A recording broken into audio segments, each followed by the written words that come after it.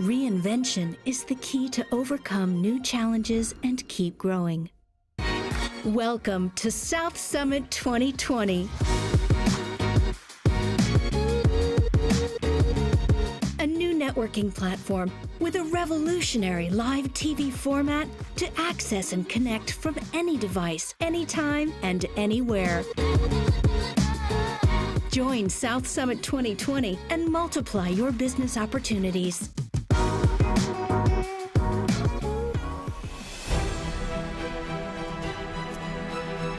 Hello. Well, it's great to be back here in the South Summit. And for those of you that don't know, this is the 8th South Summit and the 8th time that I'm here in the South Summit. So I am honored to be back here. We're in Madrid, but the reality is that we're not only in Madrid. We're in London, we're in Barcelona, we're in San Francisco, we're in Milan. We're everywhere. We're more global than ever before, and everybody is connected. It is Wednesday, the 7th of October, the second day of the South Summit. Now, I want you to remind you that we have a couple of tracks going on in parallel: mobility and smart infrastructure, as well as energy and sustainability. This track is connectivity and data. Now, for those of you that have gone through this pandemic, or is that everybody that's gone through this pandemic? Yeah, just about everybody. The reality is that what would have we done without connectivity and data? Nothing. Connectivity and data is what has kept us alive over the last few months. So our host for this South Summit, for this track, is Wyra. And Wyra is the open innovation hub of Telefonica. That's where they invest in the best startups that the ecosystem has to offer. So let's begin.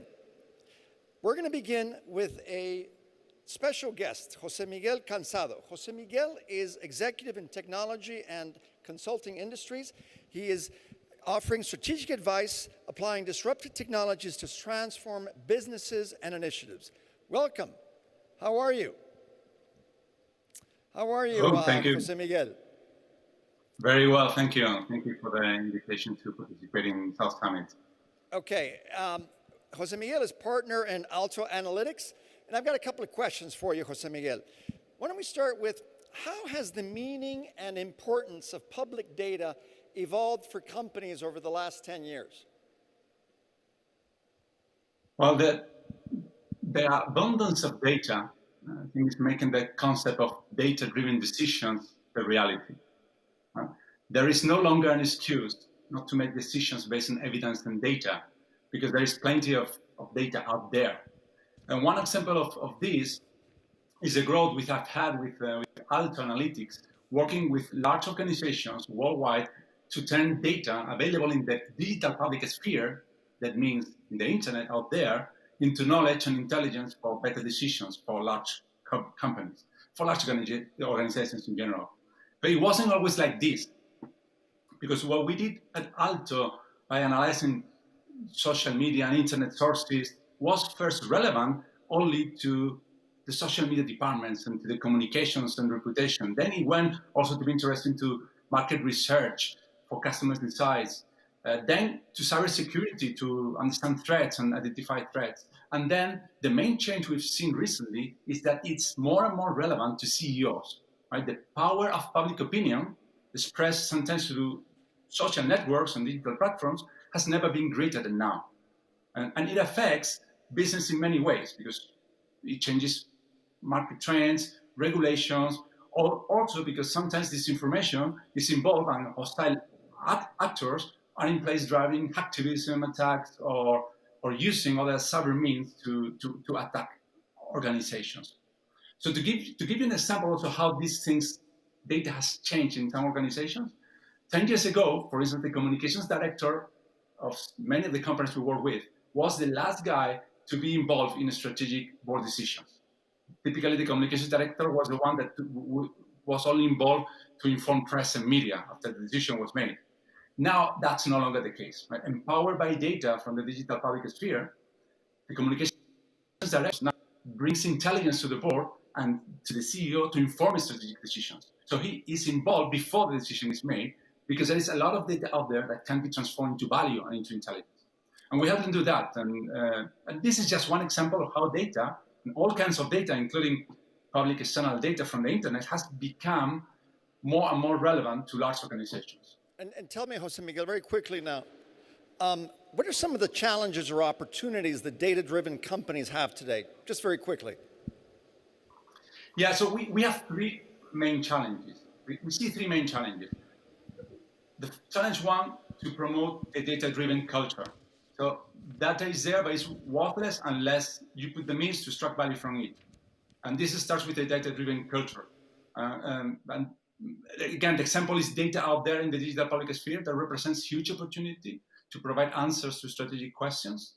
But the companies need to embed that data analysis into the business process. And the key is to find persons with the curiosity of the urge to ask those questions and understand what those answers means and how they can be used to inform with data their decisions.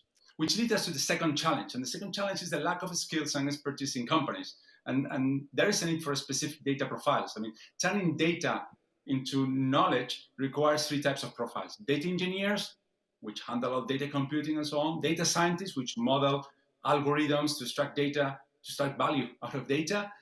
And what we call business translator. That's the person who connects the dots of what's possible, of what questions can be asked to data, which ones are relevant, and how they can be answered with data. And this is the hardest profile to find, but also the one that brings the highest value.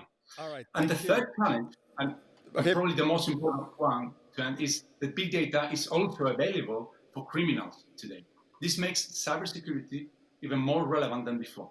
So one example is the amount of information from data breaches that is available to cyber criminals for orchestrating fraud or ransomware attacks. The executives, especially in these times with remote work, are more exposed than ever to digital risk. The personal data might be part of those data breaches available to attackers without them knowing. So what happens when an executive is exposed? Well, imagine that the executive can be used as a vector of attack for a company. So the type of ransomware that is the most common attack we've seen lately, and the one we see lately is called the big hunt. Instead of targeting consumers to get $100 out of each, now criminals focus on attacking large corporations, asking ransoms of several million in return. Thank you, Jose Miguel. That is compromised, that's a big issue for them. All right, thank you so much. All right, let's keep going. Now we're coming to one of the most important moments of South Summit, which are the startup competitions. So let me tell you how this is going to work.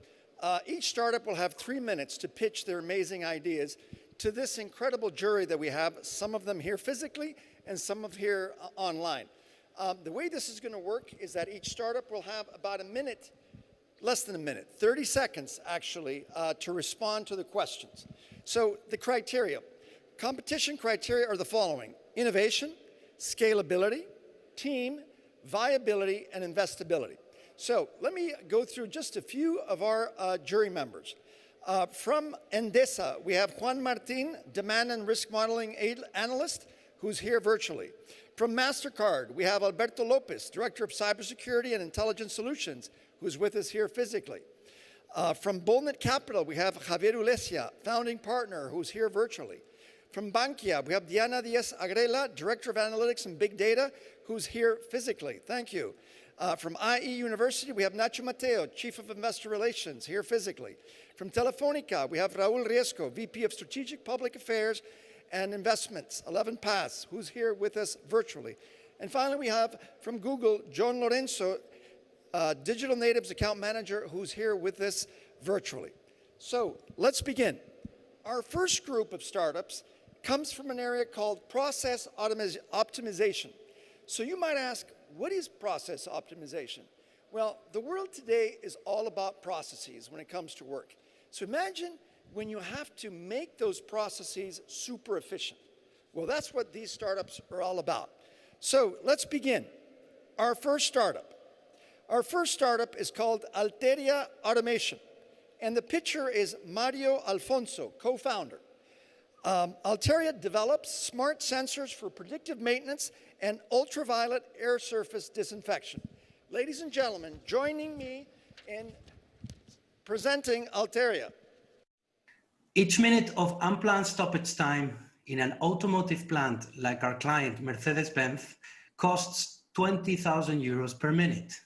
Considering it takes from 1 to 2 hours to replace a damaged robot, The average loss is from $1 to $2 million per failure event.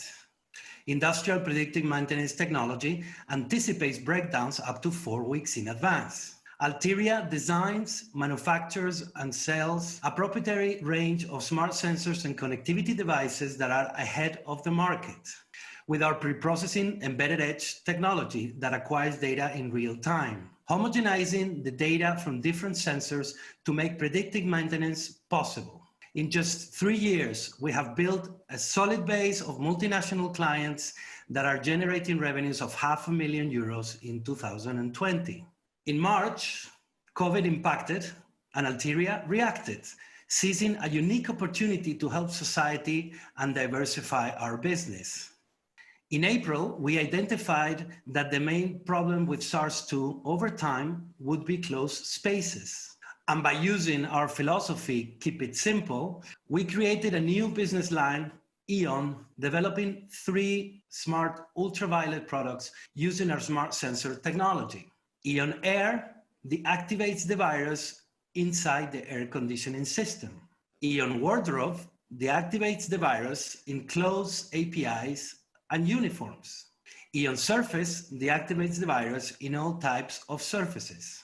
Our products have real-time traceability and certification on the cloud. Further, they're unique and ahead of the competition. Our products target hospitals, nursing homes, public transport, restaurants, hotels, malls, etc. But also disinfect all kinds of viruses, bacteria, and pathogens. Alteria is an innovative SME with a seal of excellence from the European Commission that has gone through 4 top acceleration programs. We just finished Trend Lab from Wyra and have also won many prizes. We're looking for investment strategic partners for both of our verticals, predictive maintenance and COVID disinfection. Our multidisciplinary team of scientists and engineers thanks you for your attention. Okay, questions? All right, we have a question from John Lorenzo, Digital Natives Account Manager at Google. So my question is that your project will be generating large amount of data around all the sensors, and all that data has to be stored. How have you solved the storage and analysis of potentially huge amounts of information? Thank you very much for your question, John. We solved this problem by building our own virtual private server. We have acquired storage space, and we're going to build a virtual private server and allocate to each client the amount of data they need. Also, there are different types of clients because, for example, a multinational wanted a private server for a pilot we did last year. And so some companies will want to integrate into their own structures, and they will manage the space. And other companies will require from us to provide that service for them. We can do both because the key to the connectivity and the structure of our data, and we have a... We're out of time. Oh, okay. Thank you. Okay. Thank you. So, John, how does Google solve this problem? Oh, right. That's a very interesting question. So, we all know that the world is storing more and more information every day. So the space required to store all that information is currently produced, that has been currently produced has grown exponentially. The main challenge for any cloud is, in this sense, is not only to store it, but to have the appropriate tools and services to be able to use it and use that information to make decisions. So precisely the growth of this amount of information has led to the birth of new disciplines, such as data science or big data, as we were talking about. Having such large and complex data sets that require other data processing and analytics and analysis approaches to treat them properly. For example, traditional data warehouses were intended to use with fewer variables and significantly fewer data sets or smaller data sets. So this makes them very complex to be used in this new type of reality that we are living. We need data warehouses or data lakes that are adapted to this new situation to be able to make use and make much more accurate decisions based on the massive amount of available data that we have now. Technologies such as BigQuery or data flow as a streaming data processing service, PubSub as data ingestion and messaging service for streaming analytics, data prep to prepare data, machine learning, data prep to run Hadoop and Spark clusters. Just to make it short, a set of services that's integrated with each other, on which we actually support other services like machine learning and artificial intelligence services to be able to respond in the most accurate way to the needs that the business environments, to the needs of the questions that the businesses need to address in such a volatile environment that we are experiencing nowadays. Thank you, John. Thank you very much. You're All welcome. right, well, you heard it from Google there. All right, our next startup is Calio. Mikhail Kalip, the CEO, is going to speak. And what does Calio do? Well, they are the next generation sound vision perception with AI-enabled system-on-chip sensors. From the United Kingdom, join me in welcoming Calio. Many autonomous systems, such as smart robots, drones, and self-driving cars, have been developed and optimized in ideal conditions. Furthermore, some high-end sensors, such as LiDAR and radar, remain very expensive and perform poorly in environments that are challenging both from a physical and electromagnetic perspective. And this affects the efficiency and effectiveness of current autonomous technology. Calio has developed sensor systems that can create live, three-dimensional environmental maps without the loss of data by varying ambient conditions. Our sensors have a wide field of view and offer a solution that complements other sensing technologies which utilize lasers, radio waves, and optical instruments, and adding an additional layer of vision for robots and autonomous systems. The commercial opportunities that arise from this new technology are far-reaching and encompass disparate market sectors, from smart mobile robots and to autonomous vehicles. And it is estimated the global market value for 3D imaging sensors to reach about £58 billion. We have identified the autonomous mobile robots market to provide an initial focus for Calio. Our technology has the potential to revolutionize the sensory-enabled robots. And our aim will be to push strongly into this sector, since barriers are rather lower, the barriers to entry. Away from the smart robot sector, discussions with technologies from the automotive market are highly promising. Our sensors provide several applications within the autonomous vehicle space and play an important role in shaping up the future of the next generation driver assistance and self-driving systems. Our business model is one of B2B engagement with strategic and tactical partners, and this is designed to create multiple revenue streams that arise from targeted development activities that will catalyze subsequent licensing and royalty streams. And in the longer term, we aim to craft our own chip that will find many more other applications. We're currently engaged with several industry partners for paid projects. We have a great team of technologists. Some of us have experience in licensing IP to the industry, as well as founding other high-tech startups. We're currently looking for a seed investment of $350,000, which will enable us to launch an evaluation or development kit, further develop our technology, build a team, and raise brand awareness. And this funding will be used to prepare and shape the company for significant revenue generation after the first year. Thank you for your attention. Okay, we heard it from Calio. Now for some questions, either from the physical jury or the online jury here. I have a question. Okay. Alberto. Thank you very much. I have a question regarding how do you can detect static objects, but also I suppose that you can detect also objects in movement, no? I mean, it's for both type of objects? Yes, indeed. So we developed these sensor systems, which encompass arrays of low-cost microphones and ultrasonic speakers. And this allows you to create this live three-dimensional environment and map the system. So you put these sensors on a robot or an autonomous vehicle or autonomous platform, so they're plug and play. And you receive the data from scattering events when ultrasound hits objects, and you receive them on the microphones or the ultrasonic sensors. And you can visualize those objects in 3D space. You create this three-dimensional acoustic landscape of static objects or moving objects. We can interact we're out of time. All right, dynamic. Thank you very much. All right, moving along now. Our next startup is called Neuron Soundware. This startup is going to be presented by Pavel Konechny. He is CEO and co-founder. It is an AI company using sound recognition for predictive maintenance. They protect machines by analyzing sound. Join me in welcoming Neuron Soundware from the country of the Czech Republic.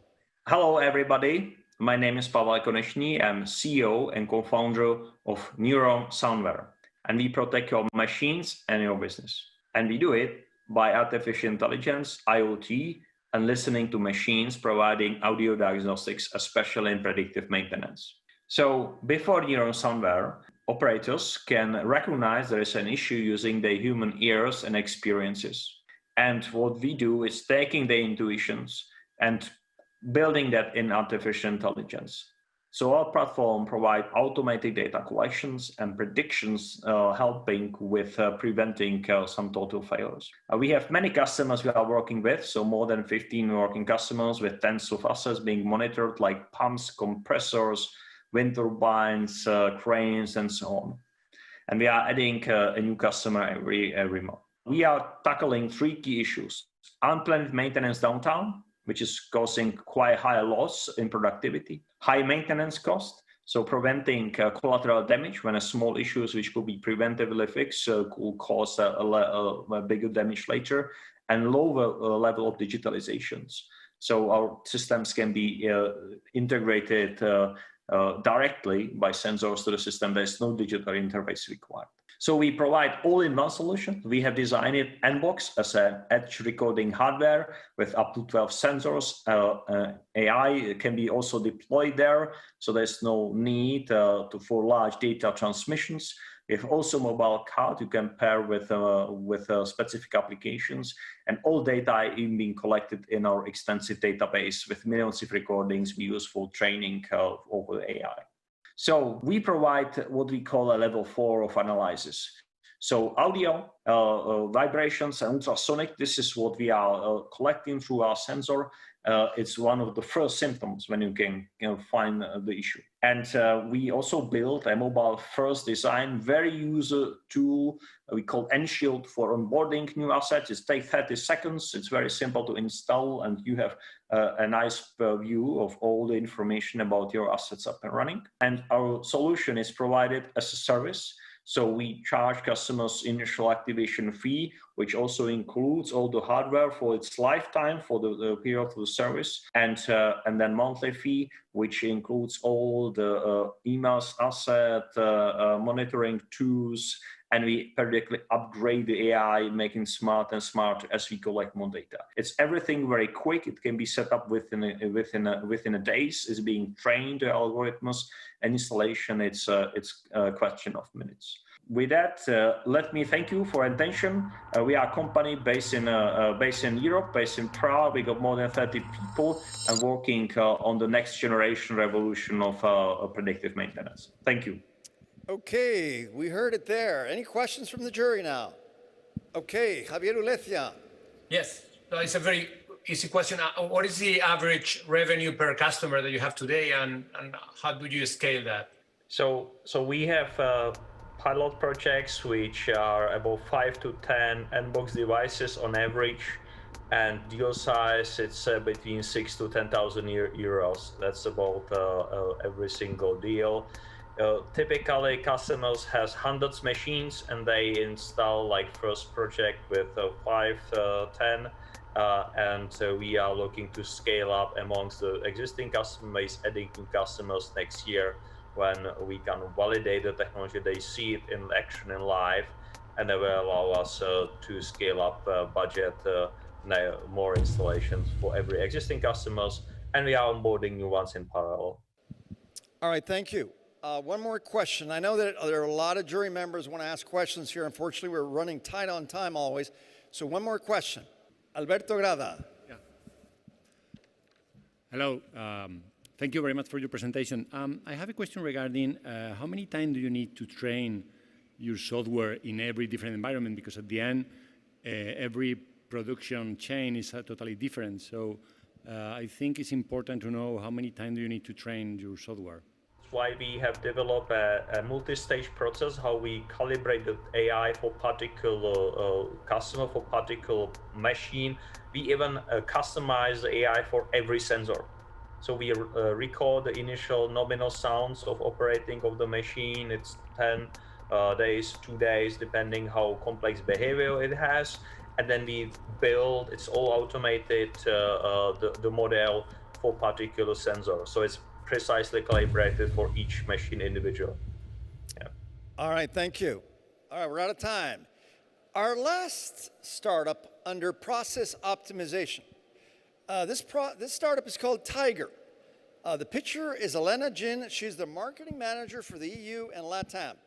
Tiger is specialized in natural language processing and AI-engineered information access and extraction solutions that exploit the meaning of structured and unstructured information.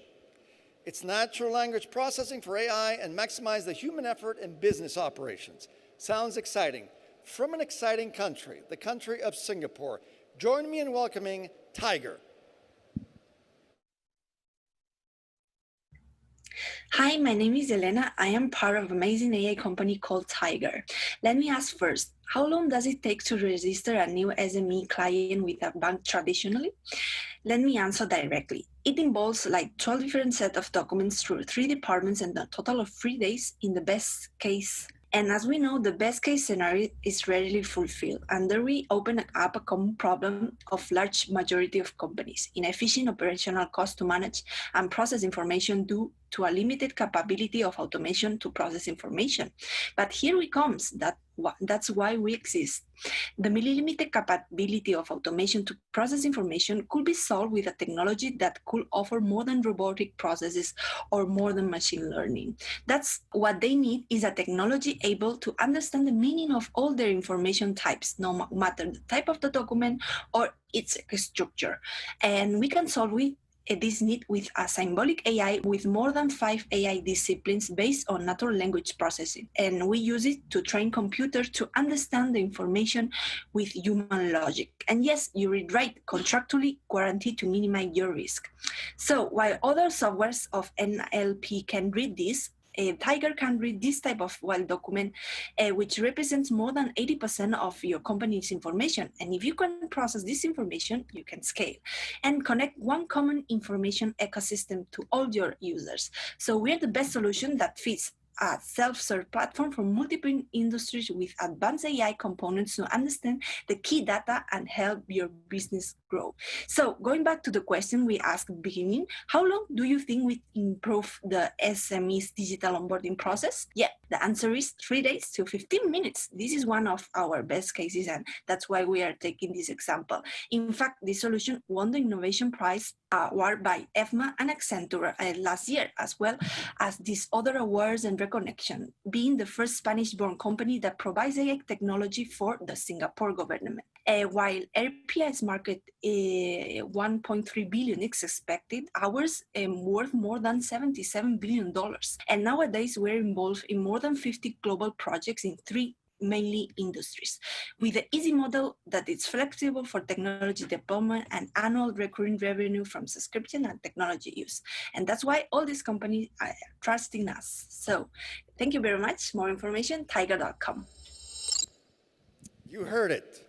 Yeah, it reminds me, 8 years ago when we started with South Summit, almost all of our startups were from Spain. We have them coming from all over the world now, thousands of them. All right, jury. This thing must have excited you, Tiger. We're going to the physical world for our jury question. Yeah, I can see you smiling already. Diana. Hi. Okay, thank you. We have been developed for last year some kind of similar project. And for me, the real challenge is extract the exact information. No? For instance, if you need to fill a form for asking for a mortgage, for instance, in a bank, no, the tricky thing is just to extract the exact information, because we can, I don't know, like what you earn in your payroll or what is your exact address, no?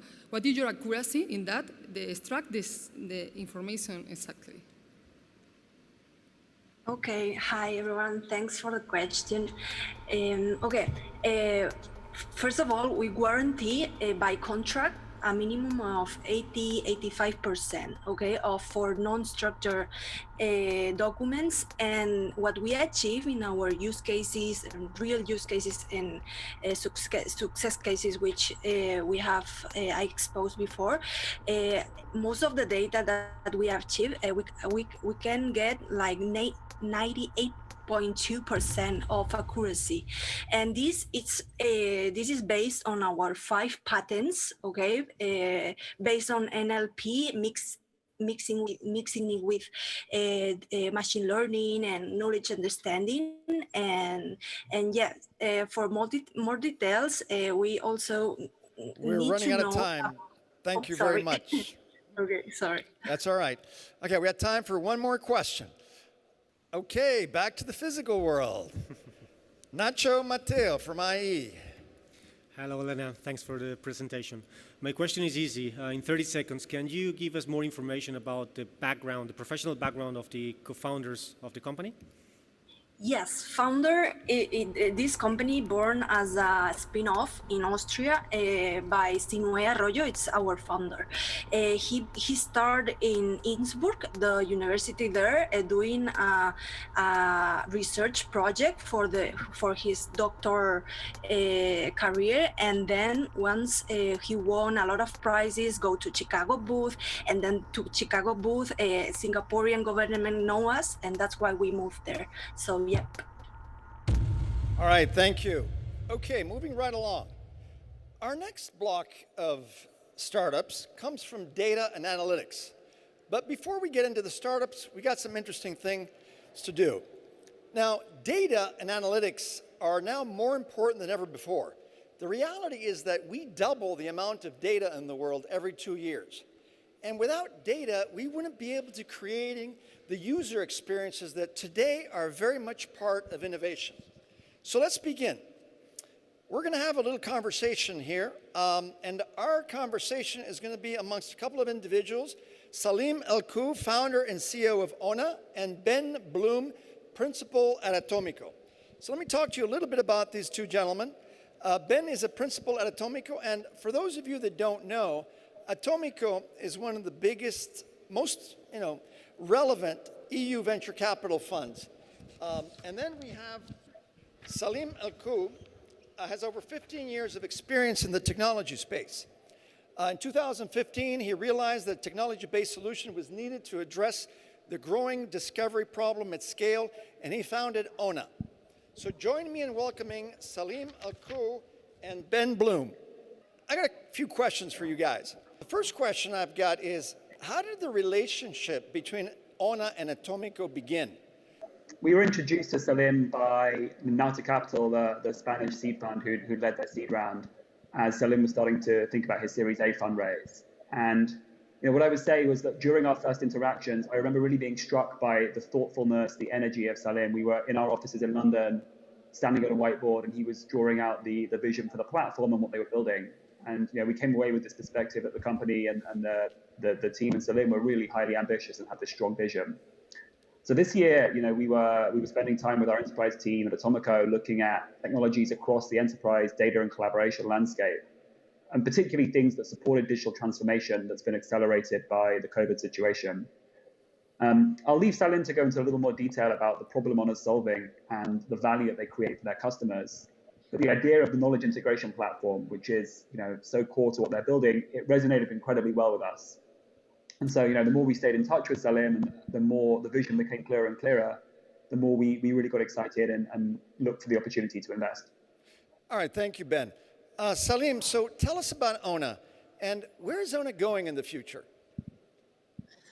Sounds good. So the way we work has completely changed over the last decade or so. So we're no longer using one product suite for everything that we need. We're using best of breed applications for every single thing. So think Salesforce for sales, think Slack for team communications, Zoom for video conferencing now. And these applications store enormous amounts of information. And this information is really the organization's institutional knowledge. Everything that, all the contracts, all the messages, all the documents, engineering, tech is everything lives in these platforms, but these platforms are not connected. So when you're trying to find information across all of these places, it is very, very, very difficult. And you have people spending 25% of their time looking for information. So think about some of the world's leading organizations spending a quarter of their time just finding information. And this is not just for productivity reasons, right? It's for security, compliance, legal reasons. Everyone's looking for internal information to be able to get on with their workflows. And this inability to find everything you want whenever you want ends up costing companies hundreds of millions of dollars. So, and if we can take a step back just to understand how we got here, some of the biggest technologies in our time have been about connecting people with information. So think about how the web got started. The web got started because information lived in so many different computers that didn't talk to each other. So, and it was very hard to find information. So then the web was created and it became very, very popular. So popular that it was hard to find information on the web because there are so many websites. Then Google gets created and solves that problem, right? Now in cloud computing, we have applications for everything that are amazing, but then we're back to the same problem that they don't talk to each other. It's hard to find information amongst all of them. And this is the problem we're solving. We're a knowledge integration platform that's used by companies like Facebook, Slack, Dropbox, News Corp, many leading companies in the world.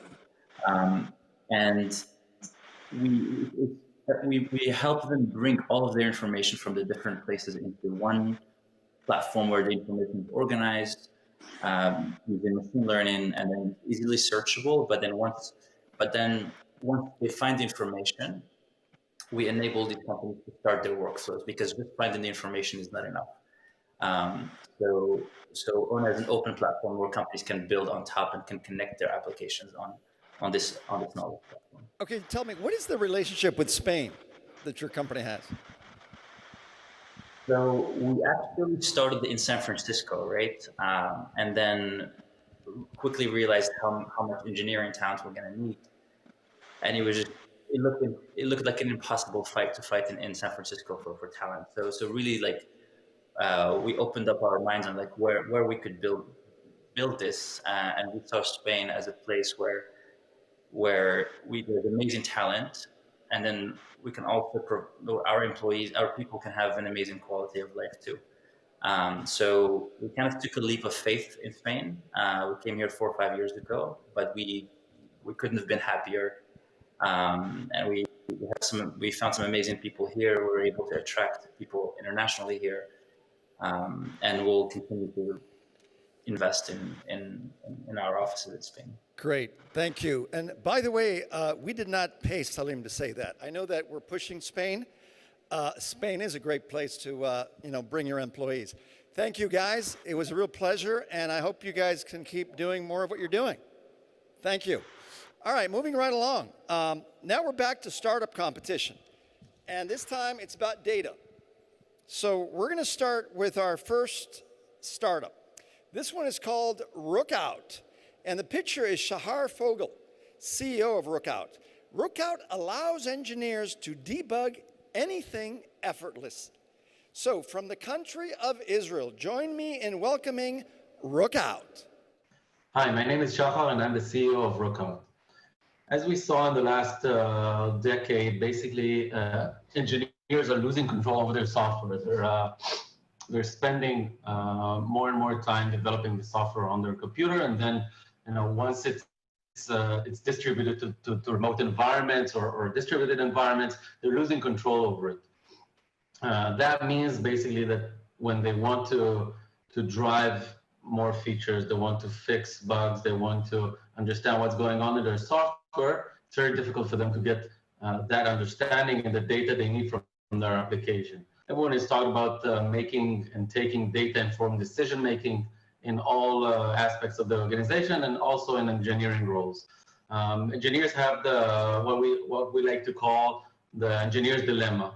When they come to understand an issue or to solve a bug, they either fly blind, so they're just taking decisions without any data, or they're flying slow. They want to get the data, they're writing more code, they're writing more log lines, they're pushing it into their CI/CD processes, approval processes, and basically going through an excruciating process, and long and excruciating process within their developer workflows. We at Ruka basically enable developers to eliminate this dilemma and get any data they need from their application without the need to write more code and without the need to redeploy their software. Basically, our platform enables developers and engineering teams simply to click a button, decide where they want to get the data from, and then immediately getting the data. No need to write the log lines, no need to pray to God that they're putting the log lines in the right places, and without the need to wait. Some organization takes 15 minutes, some 2 days, some 3 weeks, and some have quarterly deployments. So we're eliminating all that process and enabling engineers to get any data they need seamlessly, quickly, securely, and immediately. Basically, our clients are dev managers and developers, engineers who are developing in our supported stack, and who are feeling these pains in understanding their software, understanding how their application is performing, whether it's in pre-production and staging environments, and also in production environments. Our technology enables them to get any data they need without stopping the normal performance of the application. I thank you for your time. All right, you heard it from Rookout. I wish I would have had Rookout when I was a programmer. I was a programmer in 1981. Yeah, that tells you how old I am. Well, we can pass on that. All right, questions from the jury here, physical and virtual. Here we go, Raul. I have a question regarding the number of the coding languages that you support, as well as the secure coding practices that you also support. I mean, cross-site scripting or any type of vulnerability inside the code. Okay, so basically today we support 4 languages and many permutations within a language. We support Java, .NET, Python, and Node.js, which covers around 80% of the backend market. So we focus mainly on the backend market. We're SOC 2 compliant, ISO 27001. We incorporate a lot of security measures within our SDKs, within our platform to enable us to work with large financial institutions. We're working with Santander Bank and other major organizations within the world, the largest CRM, etc.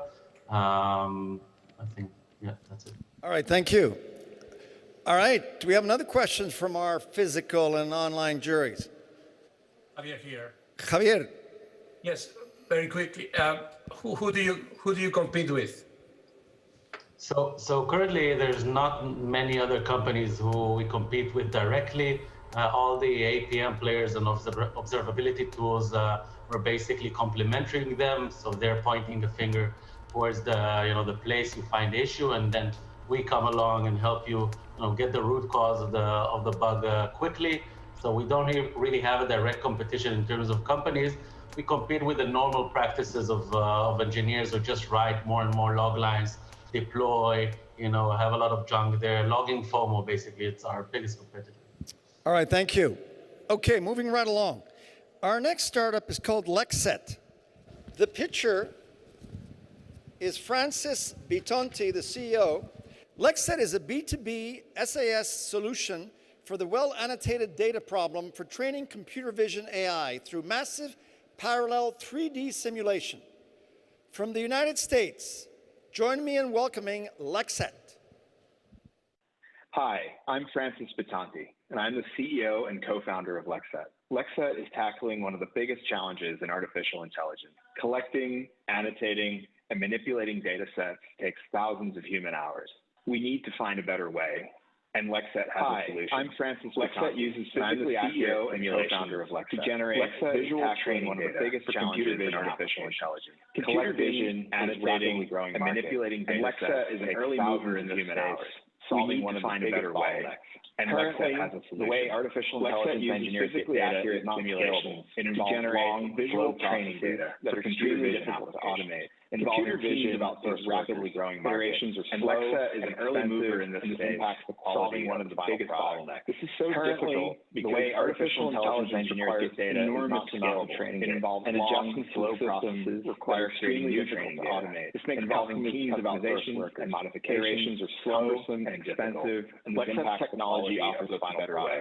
This is simulation technology enables engineers to generate curated training sets, leveraging and adjust content system, computational creating new training data. Create annotations that are not possible with human modifications. Because our system logs every detail of technology offers a better way. An essential simulation technology enables engineers to generate curated training sets, leveraging you to quickly and easily generate low probability create annotations, and our annotations are also 100% accurate because our system logs every detail of your data set. Proven across a variety of industries and applications, model bias, domain randomization to solve data diversity issues, enabling you to quickly and easily generate low probability black swan events, and our annotations are also 100% accurate because they are physically accurate camera simulations that proven across a variety of industries and applications. This is structured domain randomization to solve data diversity issues for robotic companies, produce a number of physically accurate 3D content, including ones that are difficult construction industry, achieve better accuracy, and we can deliver these data physically accurate camera simulations across the real estate market.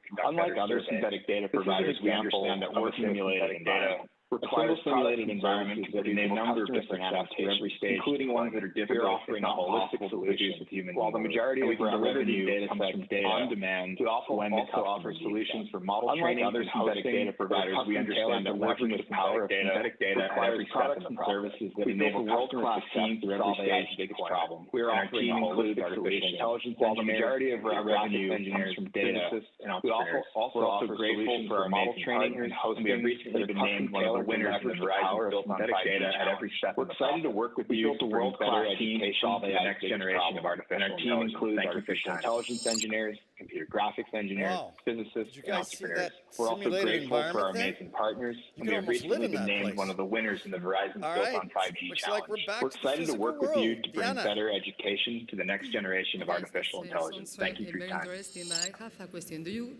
have into account you guys see that simulated environment there? In this kind of you could almost live in that place. You generate? No, it's a big part of what we do, and it's definitely a really big part of the company culture and ethos. Look, a lot of the problems that we read about in AI, it stems from using people's real data, using personal data, a lot of privacy issues stem from this. You read about it, I'm sure, in the news, issues with model bias. Synthetic data, or rather simulation more broadly, it's a solution to a lot of these problems. It eliminates the need to use people's personal data. And it also, like I said in the presentation, because you have so much information about your data set, it can help combat model bias and any other kind of Thank you very much. Thank you. All right, we got time for one more question. Javier.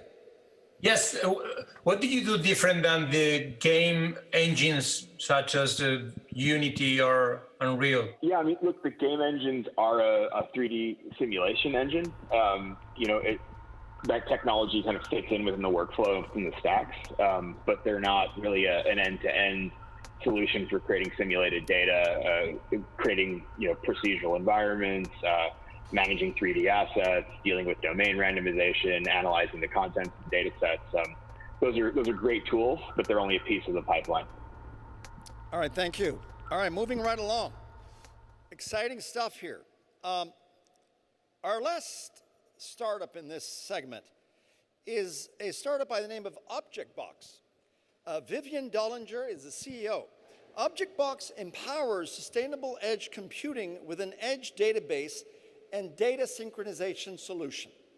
From the country of Germany, join me in welcoming ObjectBox. Hi, I'm Vivian. I'm the CEO of ObjectBox. Today, 90% of data is being stored in the cloud. This number will drop to just 25% according to Gartner. And with ObjectBox, we enable this shift to edge computing. An on-device database that's 10 times faster than any alternative.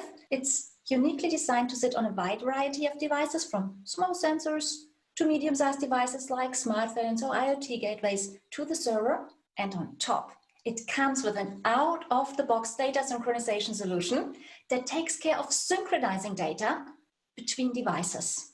This means that we enable developers to develop applications that work in real time while also functioning offline as well as online and keeping data local and private data private. All in all, enabling a digitally sustainable life with regards to cloud costs as well as CO2 emissions. Now, in practice, to give you a couple of use cases, for example, in a hotel, typically this means you don't have a Wi-Fi connection, you don't want to carry around your smartphone, no cash, but at the same time, you might want to access an area that is a paid area, you want to order something, and in order to provide your guests with a seamless experience, a small Android wristband with the ObjectBox database, some access points, and of course, the ObjectBox data synchronization, you can provide a seamless experience while also taking care that everything is paid for and without burdening any of your customers on such a location.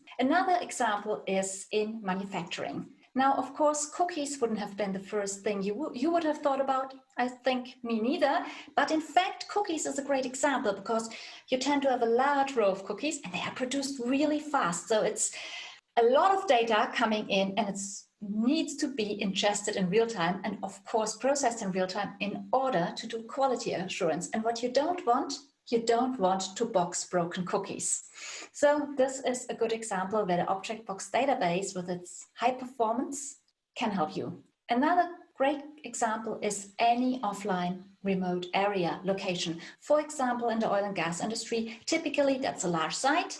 It has very flaky internet connections, often only half an hour a day, and you have a ton of data being generated on that site that also needs to communicate with maybe workers with a smartphone and a tablet that also want to change some of the data or need to look if something has given an alert. Some of this data, however, you would want centrally in the cloud, and ObjectBox also takes care of synchronizing this data to the cloud when a connection is available. This is why already more than 350,000 developers are using ObjectBox. They've developed more than 30,000 apps, and we receive a lot of love from the community. So if you want to take your project to the edge, please talk to me. And of course, I'm happy to answer any questions. Wow, ObjectBox. I saw a lot of persuasion in that presentation. Not your typical German presentation, right? Okay. So questions from the physical and virtual jury here. Okay, Gonzalo Tradacete. Hi, thank you very much for the presentation. Very interesting. I wanted to know with a bit more detail on your current commercial situation. What you've recently started selling, I believe. Could you explain a bit more on your status there in the market? What's your plan for this year? So we basically onboarded the first clients, and we are doing a pilot with a big German company I cannot name, and we are in a signing process with another really big company in Germany. So yeah, we are scaling up with regards to onboarding paying clients. We have a really large user base of the database. And of course, now with our synchronization, we are converting some of our users into paying customers at this moment. Okay, thank you. All right. So this is the last startup in this segment. Well, let's continue with our program. Yeah, I have a real surprise for you guys. I have two guests physically with me here. Can you believe that? We're back to the real world again, or the old reality, as they used to say. All right, so here we are. We have a roundtable here on data connectivity at the core of disruptive business models. And with me, we have Elena Gil. Elena is Global Director of Product and Business Operations at Telefonica, IoT, and Big Data. And we also have Carlos Bort, co-founder and data scientist at Explorer.ai. So I have a few questions for you guys so that we can make this interesting here today. We're going to start with you, Elena. Elena, you work at a pretty big company, a large telco that connects and generates a massive amount of data from its networks. How do you leverage these assets to develop new business models for your corporate customers? Well, as we are a large company, a large telco, what we do is to work with our corporate customers and public administrations by combining different technologies, in general IoT, big data, and artificial intelligence. So what we do first is to help them connect the physical world through IoT, through Internet of Things, and we can provide the full stack from the sensors and devices, the different connectivities, 2, 3, 4, now 5G, or even specific IoT connectivities, narrowband IoT, LTE-M, or private LTE. And on top of that, we have the IoT platforms, both horizontal and vertical, for specific industry solutions. And with that, what we generate is millions of distributed data points in real time. Besides, we can leverage that we are a telco, and we are providing insights based on the telco networks. We had the customers trying to leverage our position as a telco with the connectivity, with IoT connectivity, and our big data. Can you imagine 350 million customers? I'm one of your customers. Thank you, I hope so. Yes, definitely. All right, Carlos, I mean, I don't know what you're going to do to respond to this, but I've seen that you've worked at several companies and industries. From your point of view, what does being disruptive in data connectivity mean today? So let's talk about being disruptive in a business model. First, you have to be cheaper than your competitors. You have to have a better accessibility to the market, and you have to have a lower cost, a structural cost, from one side. No? From the other side, in data connectivity, so you have lots of data that you have to merge, and you have to connect with in-house. No? And you use algorithms to deliver. So when you are using algorithms to deliver business value, you have two ways. First, you can increase your value proposition, and second, you can create new business lines, as you mentioned in Telefonica. No? And when you mix this business disruption and this data connectivity, what happens is that near 85% of data projects fail, as Gartner appointed, right? Yeah. So what's being disruptive today? For me, being disruptive is having the capability, in-house capability, to deliver business value with your data. That straight and clear that way, because most of the company are trying to figure out how to do it. No? Most of the time we reason and we compare ourselves with American outliers, but that's not the case. We have to talk about European corporates, European startups. Okay, excellent. Elena, one more question for you. What are you doing with the startup ecosystem? How do you leverage and engage them? That's it's a critical part in our strategy. As you can imagine, we need to innovate continuously. It's the only way we can survive in this environment. And we do some innovation internally, of course, but for us it's very important our partners ecosystem. We can talk here about the hyperscalers or the device suppliers, but it's also very important to work with startups. What we do is to leverage the open innovation programs that we have in Telefonica, Wyra, that I know you are very familiar with it, and our different programs. And what we do is to work with the startups because it's very important. They bring disruptive models, business models, and they also bring agility. That is something in our case as a large company is harder to create internally. So it's a very, very critical part in our innovation. So our startup world is important to you, right? Very important. I would say it's critical for the future of the Okay, last question for you, Carlos. What are some of the challenges in data connectivity? Because most people have very old systems, right? Yes, so the biggest question here is how your company will tackle the future AI algorithm landscape that will be created, right? This is a very big question. If we, and arise other questions like, first of all, we have to think about which are our defensive modes as company. It's AI, a defensive mode. It's the data we gather. It's how we connect our data. or infrastructure, no? Or go to market? This is a very important question. Second, a big challenge is how our AI will scale. So we train algorithms and they have to understand a lot of a very long tail of events, a lot of different tails of events. How my infrastructure will scale. 350 million customers, how that will scale. And another thing in the scaling system is how my data talent and my human in the loop pipeline will help my algorithms to perform better. Yeah, we're out of time, Carlos, but thank you so much to both of you. This has been truly amazing, and we look forward to catching up soon. Excellent. Thanks. Thank you. Thank you very much. All right, we're going to move right along here. Our next segment is by that company that we heard just a few minutes ago, Wyra. Wyra is the secret sauce of Telefonica when it comes to startups.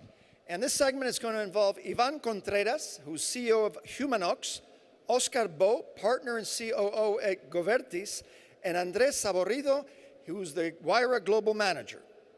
This is it, the Wyra segment. Hello, everyone. Hi, hello. Hello, Ivan. Hello, Oscar. Hello, everyone. It's a big pleasure for me to be once again at South Summit, this time to talk with two great founders with very interesting and a little and no experiences to share.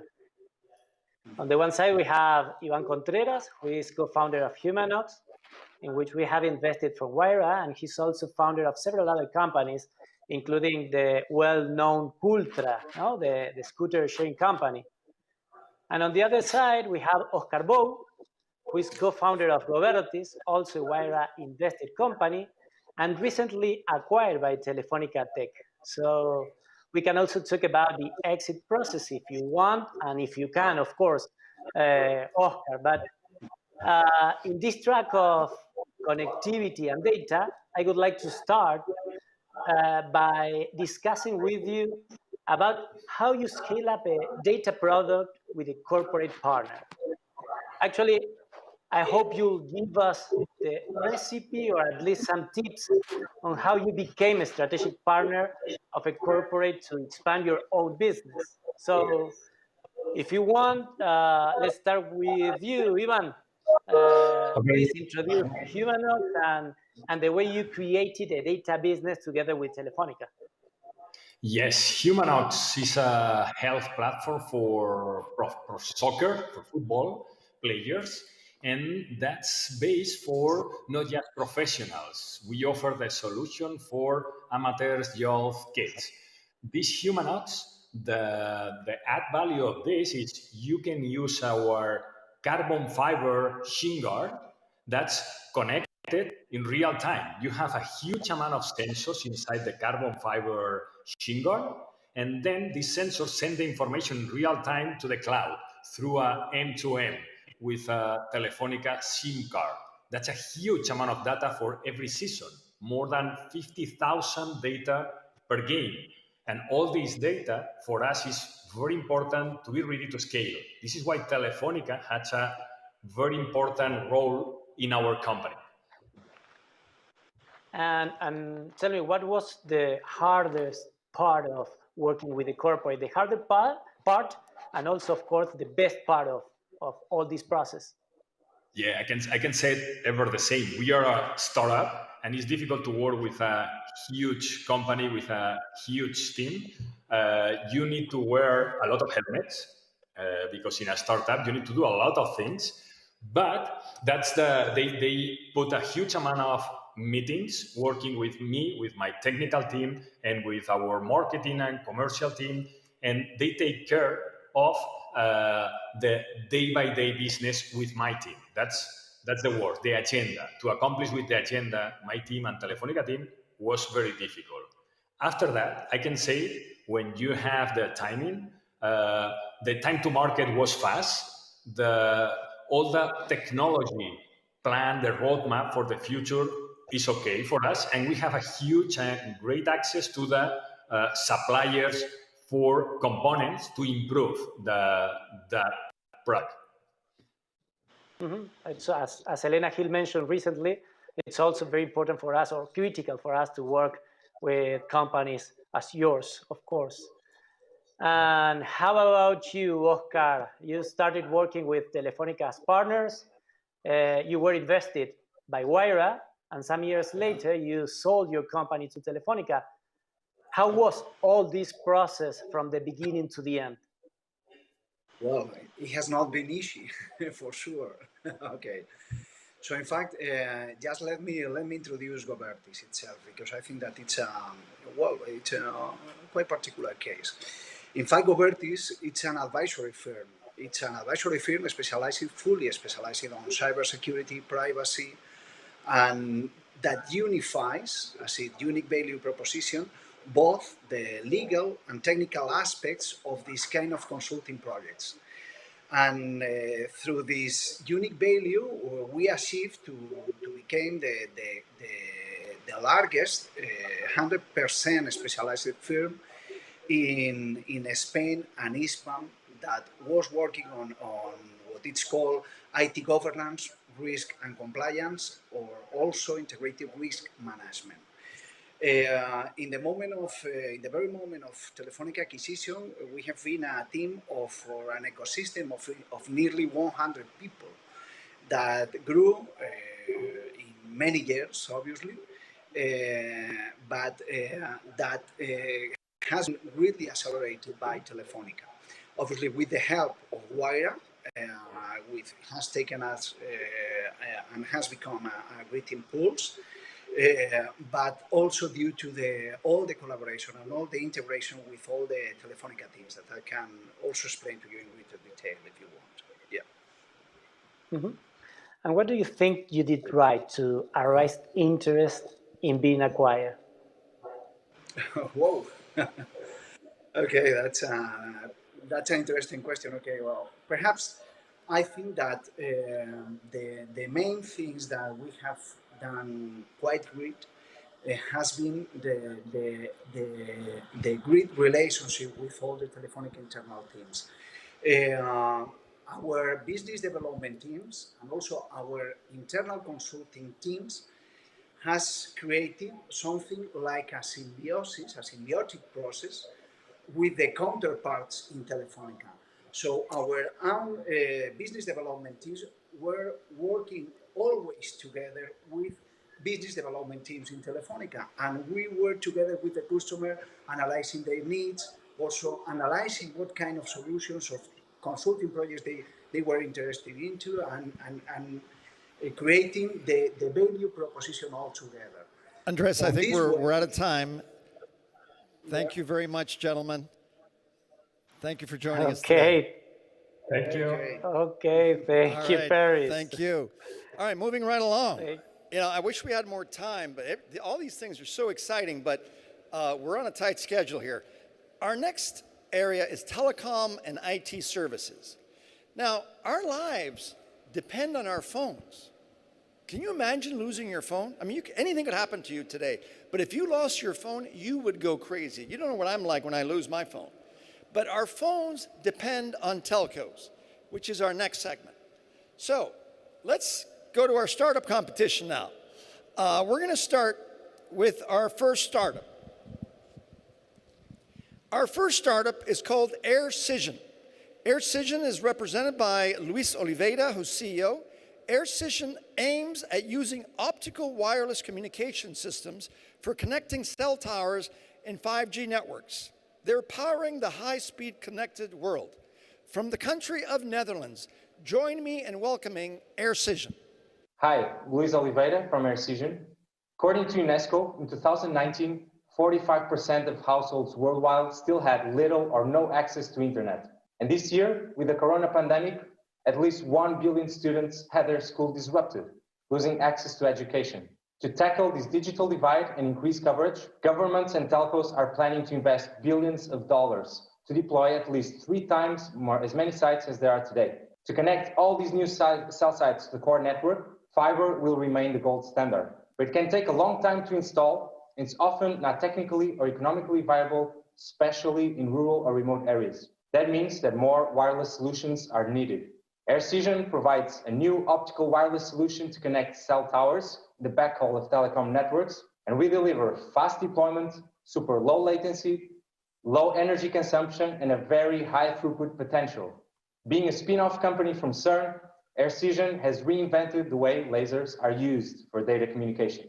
Our system covers 2.5 kilometers and reaches data transmissions of 10 gigabits per second. We offer unprecedented reliability under the most adverse weather conditions. We've talked with large telcos and rural connectivity providers. They have all confirmed the need for more wireless solutions. In 2020, we finalized the first version of our product and tested it at KPN's facilities. And we'll start addressing use cases in rural, remote areas where fiber cannot be deployed. Other use cases relate to railways, electrical networks, and events. And finally, we aim to help telcos in expanding their 4G and 5G networks. The wireless backhaul market is expected to reach 55 billion euros by 2025.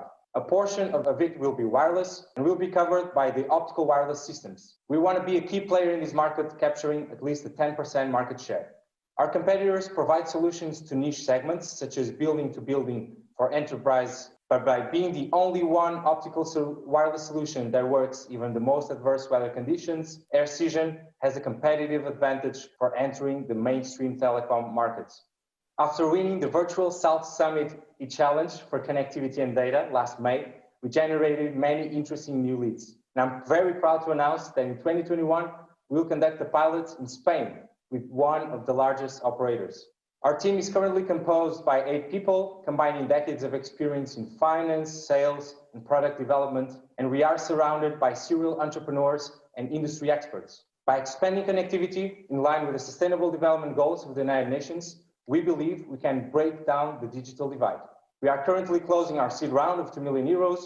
So if you want to know more about our technology, feel free to reach out. We are Aircision, and we are powering the high-speed connected world. Thank you. All right, well, you heard it. Aircision.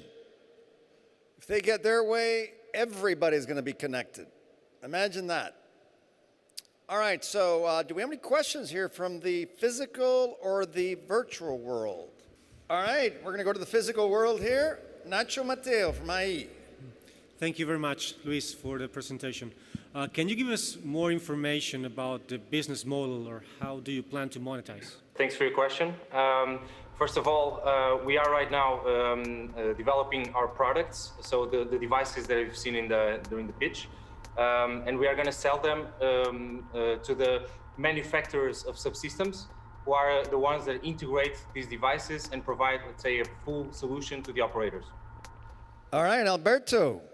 Thank you, Luis. A question regarding licensing and environment impact. For example, with birds, I don't know if there is any impact in the environment and if you need any specific license to deploy your solution.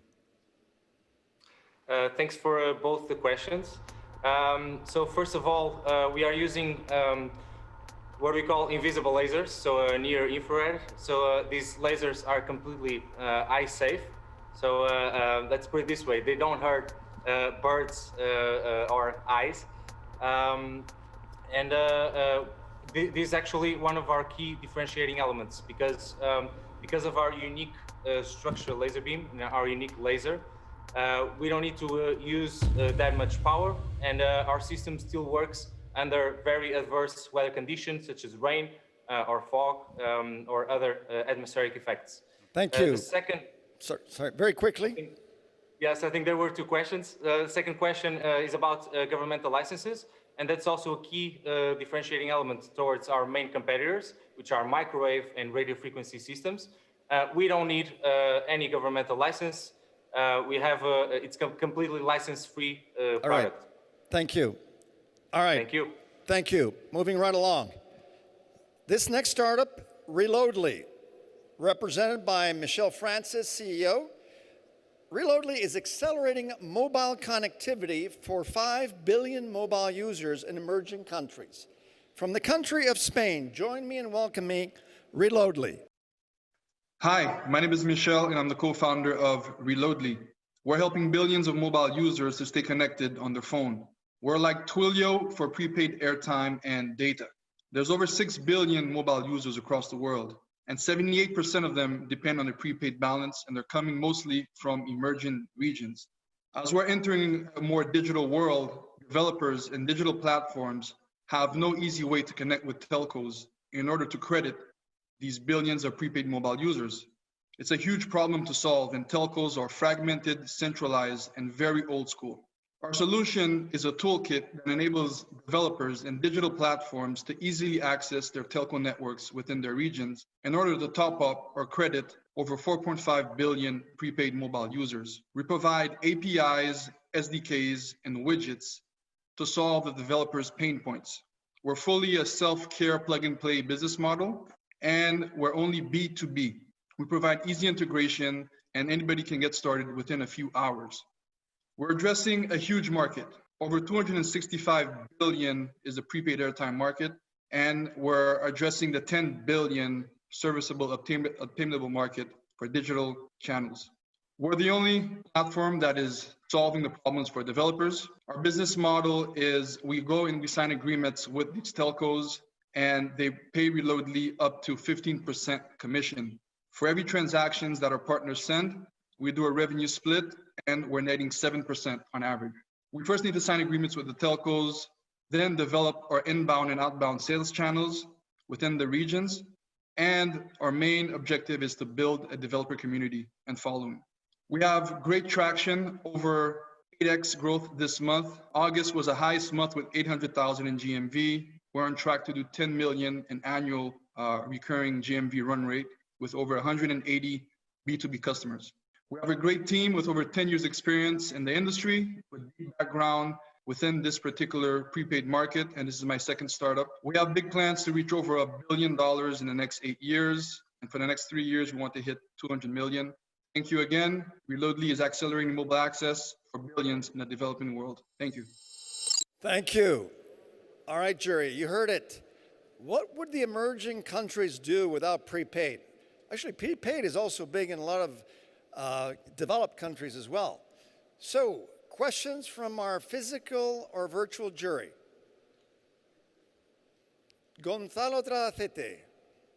And I wanted to ask you, what are you feeling about this second wave of the pandemic? Is it affecting positively your business? In the sense, is it even easier to contact in these third world countries? I mean, these ones that really need your service now, is it easier to contract them online? Yes, actually the pandemic is propelling the need for our service, because now more and more, as people are confined home, digital platforms are servicing the needs to recharge these data plans and airtime from these telcos in these emerging regions. So we've seen a significant growth in demand for our product throughout the pandemic. All right, thank you.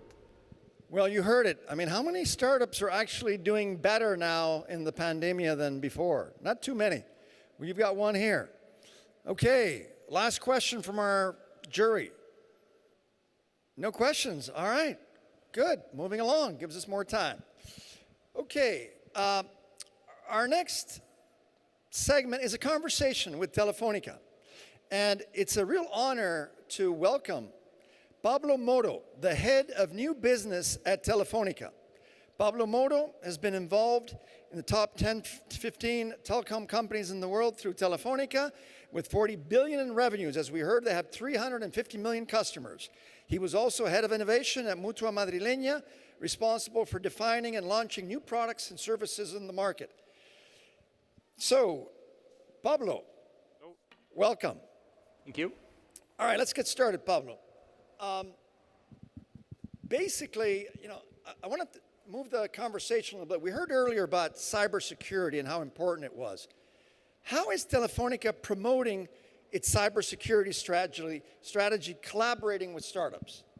Well, several ways. I can speak from the Telefonica Innovation Ventures side. So we in Telefonica Ventures, we are the corporate venture capital of Telefonica. So we follow, at the end of the day, we follow the business units and the business priorities of Telefonica. So it means that if cybersecurity is a business opportunity for Telefonica, it's going to be a priority for us, right? So cybersecurity is one of our top priorities, and among those key priorities, we have also networks, IoT and data, cloud, obviously cybersecurity, and also digital customers and digital transformations. Like, for example, we incorporate here fintech, home, gaming, and some others, right? But cybersecurity is a core business for us. So focusing on cybersecurity, we can say that in our portfolio, in our current portfolio, we have 11 companies invested right now. And within these 11 companies, we have 3 startups of cybersecurity. One is Nozomi, a company of cyber IoT that we recently invested in last June or July. Also, we have Blue Leaf, which is a Spanish company, and also for IQ. So we have 3 out of 11, so it's nearly a 25%. We are really happy to say that all of them are already working with Telefonica as well in several projects, in internal use, reselling their solutions to our customers. So we are really proud of the cybersecurity bet in the Telefonica venture side. But we are really happy, but we want more, right, among cybersecurity. So that's why we are going to focus our strategy in cybersecurity. So, and also we are doing this because of 3 issues. Firstly, because Telefonica wants to do it, and it's the more important thing. Secondly, because this is a growing and a huge market. We are speaking about 8 billion and growing in a 20% year on year. Globally, 8 billion. Globally in venture capital, right? Just in venture capital. And also because constantly we are seeing new niches, like, for example, cloud cybersecurity, IoT cybersecurity, data protection, new threats, e-commerce cybersecurity. And those niches always started to be covered, to be addressed by startups. So we are happy to with the things that we have done before, and we are going to do more. Where are you with in the area of like facial recognition and things like that? Is there any connection there with cybersecurity when you're dealing about recognizing identities and things? Well, it's kind of, and I guess all of us are following the leaders on this and trying to find a global solution, but it's kind of cybersecurity. Obviously, identity is one of the largest issues within cybersecurity. Yeah. Because there's a lot of fake identities out there today. It's a big problem. Yeah, obviously, if apart from the post-COVID world, every connections, every retail is going to the digital. So digital recognition is going to be a huge problem that we need to address. You're head of new business at Telefonica. How has COVID affected your business? COVID, wow. It's the question of 2020, I guess. Well, I guess we are in the right side of the cake, if you want to say this. There's a cake? With the cake of if the coin, I don't know how to say it. Nasdaq is going up, and digital is the place to be as well. And I guess I foresee that we will see a lot of trends going up, like, for example, digital work, home office, IoT as well, cloud, cybersecurity, B2C and B2B as well. And I guess we have all this business in our core identity. So I guess we see positive forecasts for us. That's great. I mean, a lot of companies have been caught by surprise because of this whole COVID thing, especially big companies. But at least it seems like you guys were already working on a lot of this stuff before COVID. Yeah, we saw it before.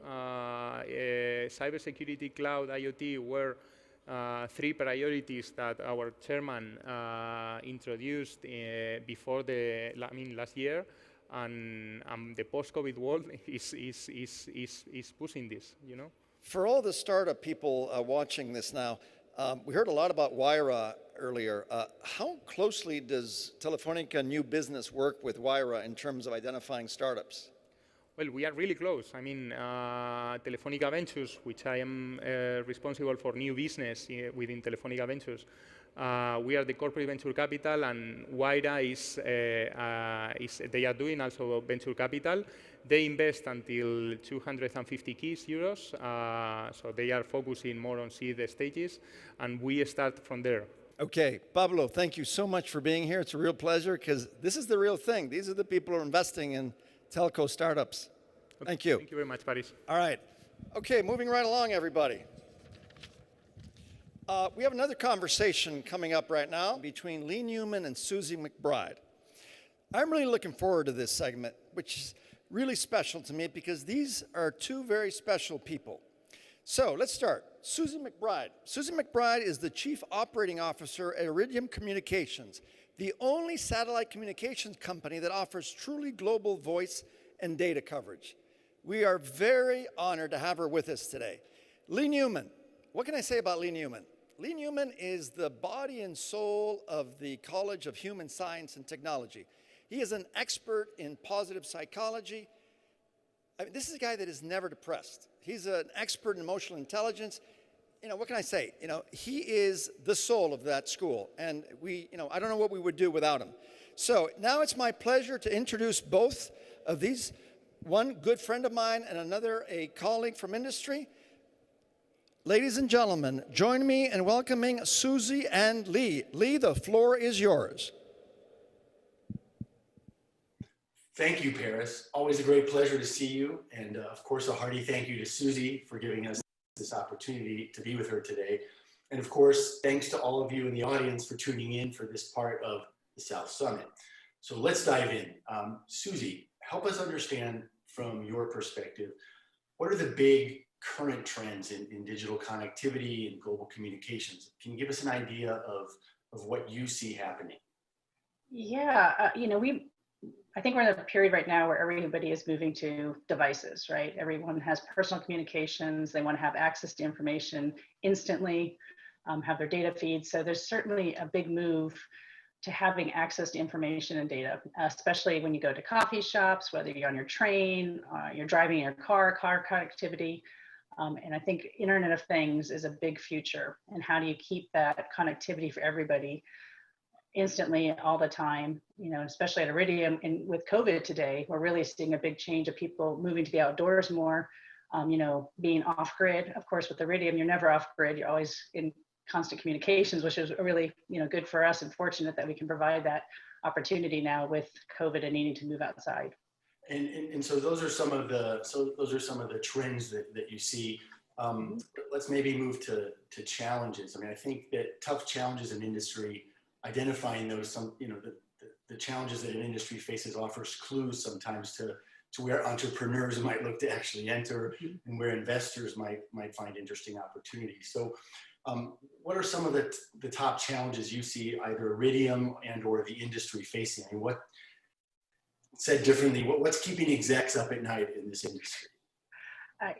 Fortunately for Iridium, we're in a really good place. Both with our niche market, which is very specific to certain kind of applications. Also with COVID, we've kind of been prepared and planned, and we're very fortunate in that regard. I think it depends on which part of the industry, especially in communications. To me, I think there's three big segments. First is the infrastructure side, providing that communication, which Iridium is part of, putting the pipes together so people can have access to those data. The other one's around the applications or the product layers, and there's a lot of players in that space. And the third, which a lot of people don't talk about, is all of the pieces that go around a product or a solution. And so depending on which one you're in, I think it can change depending on what angle you're looking at. So, I think right now there's a lot facing on how to keep connectivity, especially in today's world of COVID. Businesses, I think, are evaluating and changing how they're going to operate going forward. And I think there's a lot of potential opportunity there and challenges around how do companies stay connected, how do they keep their employees engaged, school going on. So right now, especially, I think it's very relevant in the communication industry on how all three of those pieces align to in how companies, all kinds of companies, evolve and look at what the future looks like for the new normal we're all kind of facing today. Yeah, I think, so you mentioned some trends like, IoT and outdoor, move to outdoors, for example, and then you mentioned some of the current things going on, challenges, these three different areas. So that's sort of the present in some sense, maybe with an eye towards the future. Let's jump directly into the future if we can. I mean, as you said, sort of data is this critical part of our lives as citizens and managers. We need data to survive, to thrive. Where does this go? I mean, thinking forward, thinking really big out into the future, what are some of your ideas, or what's your vision for what that future might look like from the perspective of data, connectivity, and communication? I think it's going to continue to grow. I think it's, the way I grew up is so different than watching my teenagers, right? They're really growing up with this world of constant communication. Even how they're using their devices is different in that, my generation's more phones, and even we moved into text, right? I see them and they are constantly doing video calls. And of course, we're all now doing video calls and video chat as we're doing today. But I really see in the future, we're gonna continue to grow this access and this need for data. So the infrastructure layers like Iridium have to be there with the capacity. So it's really important that we have the capacity to support those new niche markets, and the big broadband systems also have to be there to grow. That's kind of more the infrastructure. I think in terms of the big ones, I'm not sure what the next big hot thing is going to be. I mean, who would have predicted TikTok would have taken off like it has? If you look at Iridium's history, we started being a phone provider, right? That was really the purpose in the 90s of building out the original Iridium constellation in satellite communications. Who would have thought that in the 90s, we would have predicted that here in 2020, we are a big Internet of Things company, right? We connect data from transportation of cargo ships to Garmin devices, inReach, people going on backpacking trips, right, to delivering vaccines in the middle of Africa. So you would never have predicted that would have come out of a businessman's global telecommunications system. So I can't really predict what that next big thing will be, but it's coming. And I think the important thing is that we continue to have the connectivity to provide those entrepreneurs and those ideas to thrive and bring that next layer of whatever the next big hot application or product is. Okay, thank you. A lot of our audience, obviously today, are startups or investors, and I think they're quite interested in sort of your thoughts on, where the disruption might happen. I mean, you mentioned, the future is hard to predict. Of course, we'd all love to know exactly what's going to happen, but if you had to place some bets now on some areas where this small company can play in this larger connected world, Industry 4.0, et cetera. I mean, any particularly good ones where you would place your bets? I would probably, infrastructure side is very capital intensive. So those are very challenging. There's a couple of big companies trying to enter some of those markets, but there's been a lot of historical failures over the years. So that's not, I think that's an important part, but for a small startup, it's a very challenging environment to get into. From the application and product side, I think there is opportunity there. There's a lot happening today to think about, especially with this new normal we're going to be facing. What are those applications and services that might be needed? But the one advice I'd probably say is a lot of people are thinking about, how do I do Zoom calls to homes and how do I make that more efficient? Because that's very present and everyone knows about those kind of ideas. I would recommend people think about what goes around those ideas. For example, if you had your TikToks, your Instagrams, obviously those are huge and they blew up, but the parts that people don't think about is the light rings that go. Now people need to have light rings to be able to do good video calls or power supplies. I mean, I would think more around not just the present, what everyone's thinking about, but what goes around that you could then jump into to support that infrastructure around the communications. Hopefully that makes sense. But I think there's more markets that people think that you have to kind of be a little creative. And I also would recommend that if you have ideas and applications, if they're not quite working, go outside your original business case and thoughts in other areas that might benefit that you didn't think about originally.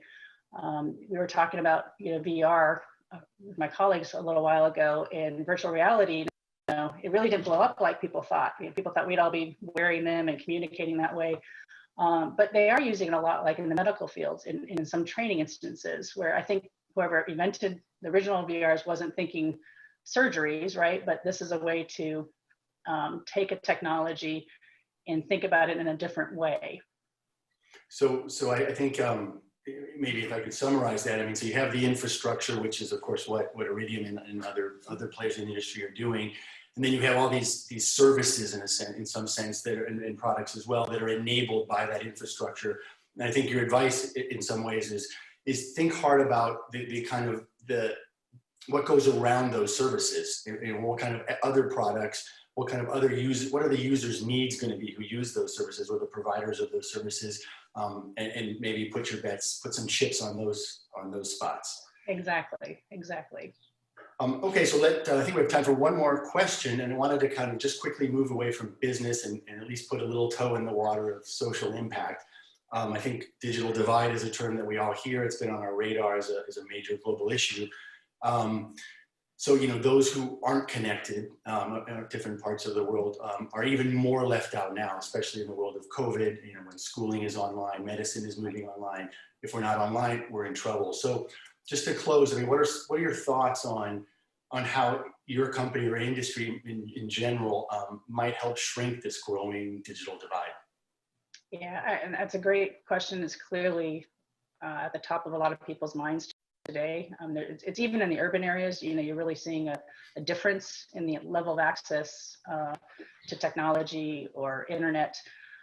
For Iridium, we immediately saw some of the needs, and we do a lot with like the crews that are on big ships that are traversing. And it's really important that they continue to deliver, needed supplies and equipment across the globe to different areas, especially during a pandemic. So we did, free crew calling to allow those critical essential workers to continue constant communications back to their families during this period. And I think it's important to ensure that we're there to support that. We're very kind of niche, so we don't have quite like the urban helping the schools get access to information. But with this pandemic, we're also really ensured that we can get vaccines to locations. And so for us, the communications is the key in keeping people connected.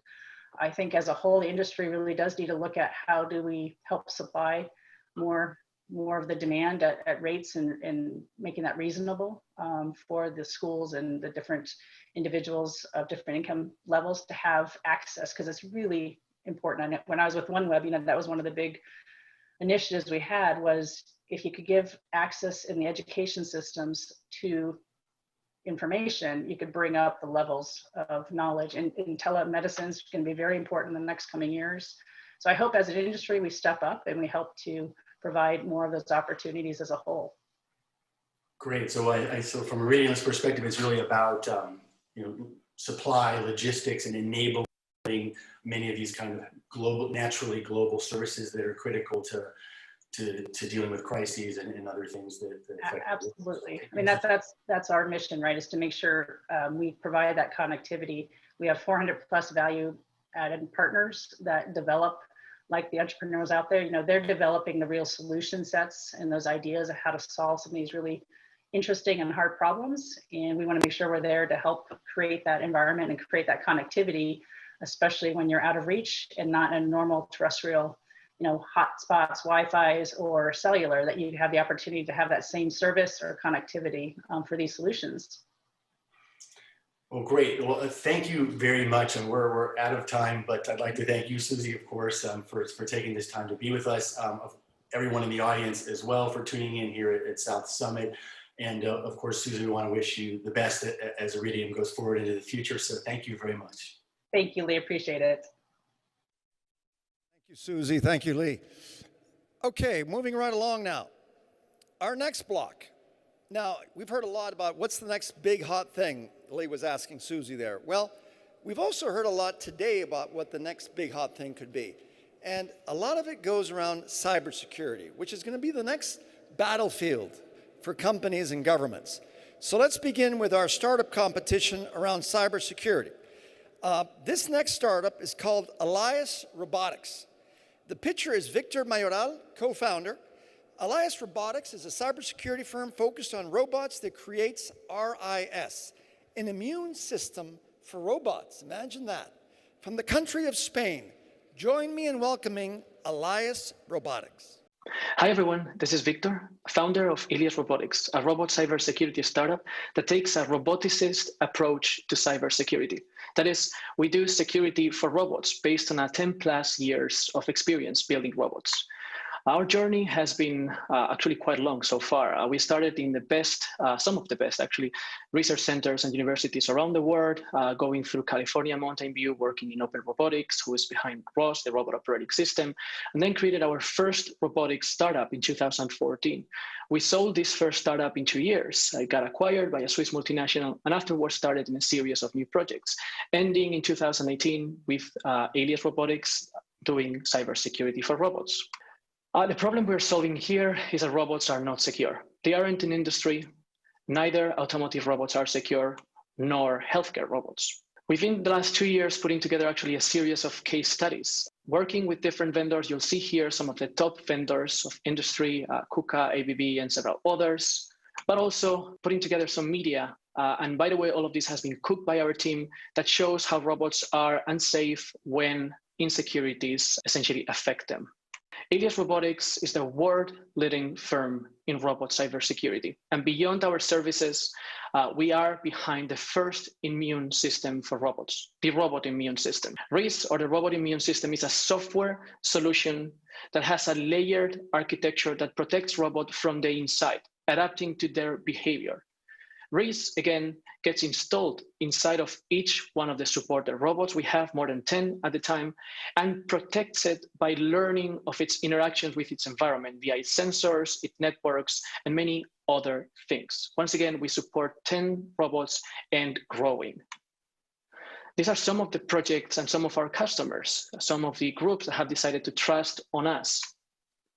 And one thing we must note is that we see an increasing competition, especially over the last year approximately. However, Elias Robotics still is a highlight because we are focused in robotics, whereas others aren't. We have key know-how and a key network in robotics thanks to our past experiences having working on these problems for already 2 years. And finally, while others are launching products or trying to launch products into the market, we already have ours there and are working towards certification already. We have 2 offices, one in Spain and one in Boston, Massachusetts, US. And we're extremely happy to be here one more year again, this time accepting offers and interest on our Series A. Thanks to our last year's participations, we're happy to share we've closed successfully our seed series. And now we're looking forward to hear about opportunities for our upcoming Series A. That's all. I'll be more than happy to take questions. Stay safe and stay secure. Thank you. Can you imagine that? I mean, I think robots are, I don't know, sometimes scary enough, but imagine somebody hijacking your robot. Yeah, now that's a big question, that problem that needs to be solved. Okay, guys, jury members, online and in physical, questions. All right, Raul. Got you there, guy. Okay, thank you so much for the presentation. I think that we met before sometimes. I have a question related to the operating system itself, and because most of the robots are using robot operating system, which is not using this kind of secure coding inside. So my question is, are you replacing the software of the robot by your software? Hi, Raul. Great to hear from you. Shortly answering, no, we're not replacing. We're complementing it. We're building on top. We currently have support for a variety of robots. Some of them are built on top of Windows, Linux, embedded systems, embedded RTOSes, such as NATEX, such as VxWorks, such as QNX. We support them all. All right, thank you. All right, so, yeah, very important company there, Elias Robotics. If they're gonna control your robot or help you control your robot. More questions. We got time for one more from the physical world or the virtual world here? Nacho Mateo from the physical world. Thank you, Paris. Thank you, Victor, for the presentation. My question is regarding your development stage. At what stage are you guys right now, and what are your next steps in terms of growth? Hi, Nacho. Great to meet you, and great question, by the way. So the product is developed, product is being served with real customers. We're growing rapidly and essentially licensing it out. That's how we make money, actually. So it's basically done. We're constantly improving, though. We're in the process of certification. We are going towards IEC 62443, which is the, as you may know, the certification for essentially ICS environments and OT environments. And we're slowly moving towards exploring ISO 21434, which is the automotive vehicle specification, and that will come essentially into our roadmap next year. All right, thank you guys. Okay, we're here for our last startup in the cybersecurity segment. The company is called Gataca. The picture is Irene Hernandez, CEO. Gataca is a cybersecurity company that provides decentralized digital identity technology. From the country of Spain, join me in welcoming Gataca. Hello, my name is Irene, and I'm the founder and CEO at Gataca, an MIT-born cybersecurity company that builds decentralized digital identity technology. Imagine you wake up in the morning, you grab your phone, open your email app, and you cannot log in. You type your password 3 times. The last one you swear to yourself you typed it right, and still not working. A thought crosses your mind. And really scared, you open the app of your bank and bam, that's it. You have 10 charges from Amazon orders you never executed. I'm sorry, you've been hacked. And don't think that this will never happen to you. According to Braid's Level Index, this may happen to someone every 40 seconds. Centralized authentication architectures are not only creating frictions for end users in terms of privacy, user experience, and security. Businesses are concentrating so much sensitive information that they're becoming honeypots for hackers, and they're spending millions of dollars in KYC and GDPR compliance. This is why we've built state-of-the-art technology to create a new way of managing your personal information, a single digital identity for all your services worldwide. We empower end users with an ID wallet in their phone and with verified identity credentials so that they can enjoy passwordless, instant, and government-grade secured access to digital services.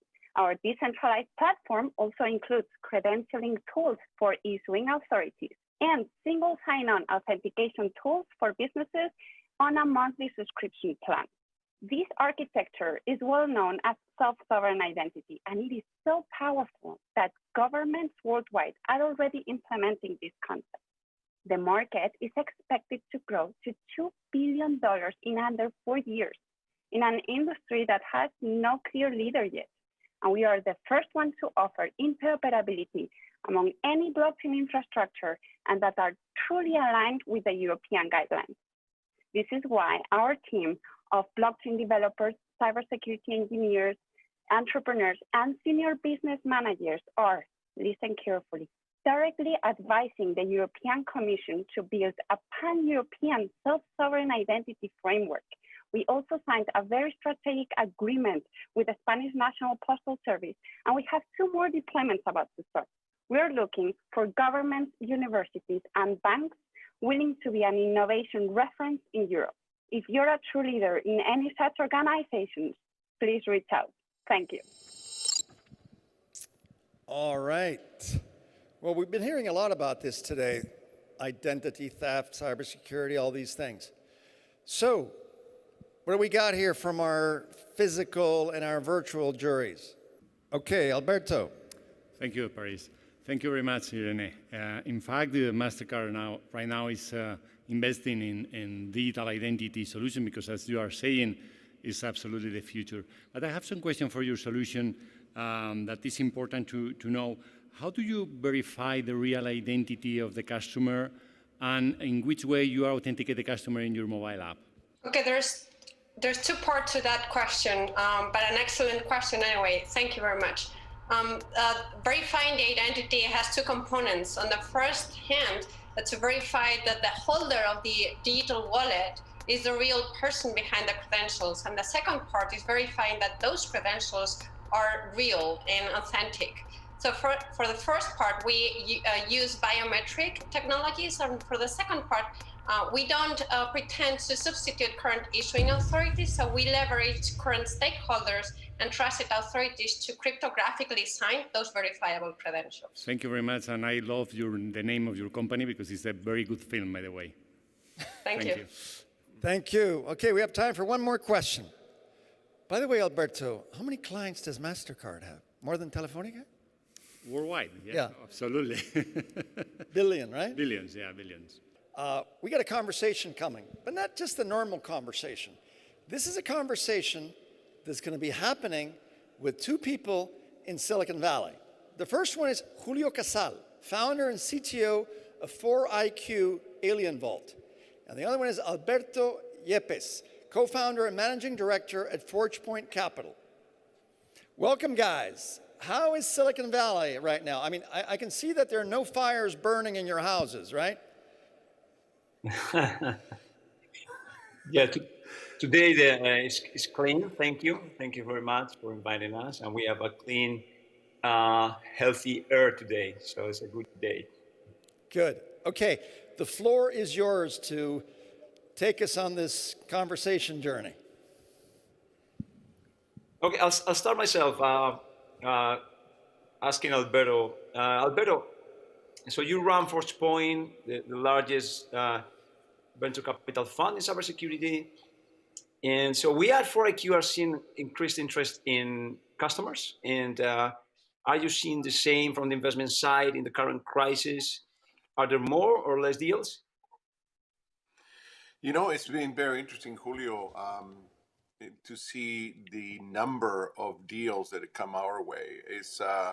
We thought it was going to slow down February right after the RSA conference, but on the contrary, the number of opportunities that seem to invest has, I would say, increased, despite the fact that we're doing business electronically and digitally. We have deployed about $100 million in new investments in 2020 in about 6 companies. And we had done follow-ons for about 5 of our existing companies that did follow-on series investments, another 50 million. So we've been very active. August has been one of the busiest months for us. We closed on 2 transactions. So I would say, very active community for entrepreneurship, and best companies get built during crisis. Okay, and how you finding doing those deals in the current environment? Is the due diligence process changed? Are you able to meet entrepreneurs in person? How is all this changed? It's interesting because I think cybersecurity is a small community, right? We've been seeing some of the entrepreneurs speaking before us, and also Telefonica talking about their managed service capabilities. We're a small community. The entrepreneurs are known. You're a good case. You know, we met when you started Alien Vault, and we worked together in Alien Vault. And when you came up with the idea of 4IQ, we were really excited to support you again and try to take 4IQ to the next level as investors. So I would say that given the fact that we're specialists in the sector, we pretty much know many of the entrepreneurs and the people that are actually going back to creating new startups. And most of the investments that we made, actually all of the investments that we made, the 6 investments that we've done to date in 2020 are with people we have known for a number of years. So that establishes the base foundation. You need to be known. You need to be either being in the customer side, in the entrepreneur side, or coming up from a corporation trying to start a new company. So due diligence, it's actually something that we feel very comfortable doing, because there's many things that we do, which is validating customer references that can be done digitally, talking to doing technology assessments. A lot of them can be enabled by the cloud. And a lot of the background checks, a lot of the source code scans that we do, security assessments and certifications. So I would say most of our process is now digital. The thing that is missing, so let me just not paint things from rose-colored glasses, is the people interaction. We would love to meet the team. We would love to be in your office. We would like to see how the team is working, the dynamics that goes on. And that part is the part that we miss. But given that we've known the teams before and we were interacting with them and actually talking to them before the investment, we feel comfortable that, again, we have not done a single deal where we didn't know the entrepreneur. I guess that's a long answer to your questions. Due diligence can be enabled if you already have a pre-established relationship in a very, very close community, which is the cybersecurity community around the world. So I really want to appreciate your time here with us today, and thank you very much for joining us here at the South Summit. Thank you. Thank you. Okay. Okay, moving right along. This is our final closing conversation, and it's really unique. It's probably the best example of a blended conversation, because we're going to have someone here physically, someone here in the country, I believe, and someone here very far away, virtually as well. So this conversation is going to be about cybersecurity, and we're going to talk in particular about cyber criminals and some of the deeper things regarding cybersecurity. So I want to first introduce one of our jury members, Alberto Lopez. Alberto Lopez is Director of Cybersecurity and Intelligence Solutions at Mastercard. Welcome, Alberto. And now I want to introduce the two ladies, the lady and the gentleman that is joining us virtually. We're going to start with the lady, Soledad Antelada, is Cybersecurity Engineer at NERSC Berkeley Lab and Network Security Chair at SC20. Thank you for joining us, Soledad. And we also, Hola, todo el mundo. Gracias. Thank you. And we also have Santiago de Pedro, Director of International IT Risk and Security Coordinator at Banco Sabadell. Thank you for joining us, Santiago. Hi, everyone. Hello. Okay, so we're going to start with ladies. Ladies are always first. So, Soledad, you know, we've heard a lot about cybersecurity today, but how do you stay ahead of the cyber criminals? Well, that's a very good question. And also, I think there's not a simple answer to that. Actually, you can do many things. I think one key point is to act like them. So think like a cyber criminal. It's very beneficial for an organization or a company. And you can develop activities such as penetration testing, for example, which actually you're trying to compromise your own organization. I think another point to stay ahead is being on top always of research and innovation in cybersecurity, as well as always cover your basics and keep things that work for your environment, but you know, add new things all the time and innovate, and also invest in creativity. So you don't become a static environment, which is easier to attack, basically. And I cannot put enough emphasis on this always. I think training of people, promoting cybersecurity culture to everybody across companies, from staff to managers to peers, that's what really pays off. Okay, thank you, Soledad. This one's for you, Alberto. Yeah. What's the relevance of biometrics today? Is it becoming big? Do you think that's the future? Absolutely. It's the present and the future of authentication of the customers, and even more right now with the PSD2 entering into force 1st of January for all the e-commerce transactions that we will do it into Europe. And in this regulation, they put a lot of emphasis in the biometric environment. In fact, the new revolution on authentication is authenticate yourself with two different factors. One of them could be something that you have, for example, your mobile phone. Your mobile phone is unique, only you has the mobile phone. The second factor could be something that you know, that is the normal password or PIN number that everyone uses, but sometimes the people forget this password. And the last one is ignorance, something that you are. And this is for me the big new change. because the biometric identifies yourself without the need to know nothing, because it's just your fingerprint, your face recognition.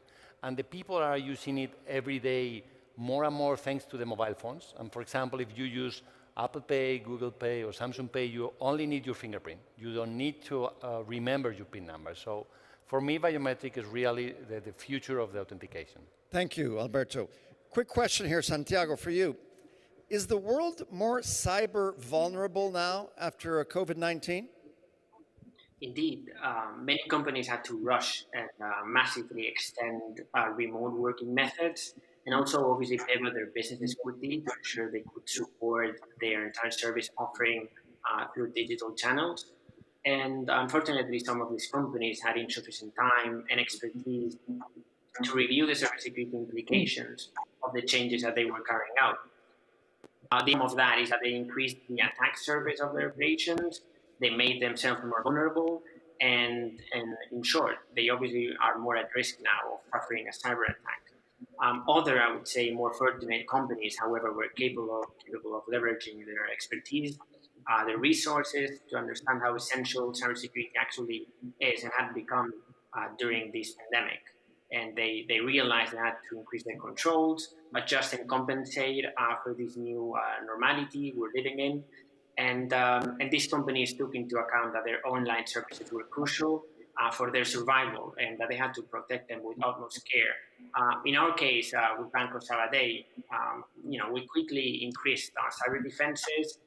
We intensified 24/7 surveillance over our services and our systems with a combination of technical and operational controls. Thank you. We knew customers would need to rely on the bank during these troubling times, and that we had to rise up to the challenge. We, as I was saying, we increased the resources of our global security operations center. We enhanced our reviews.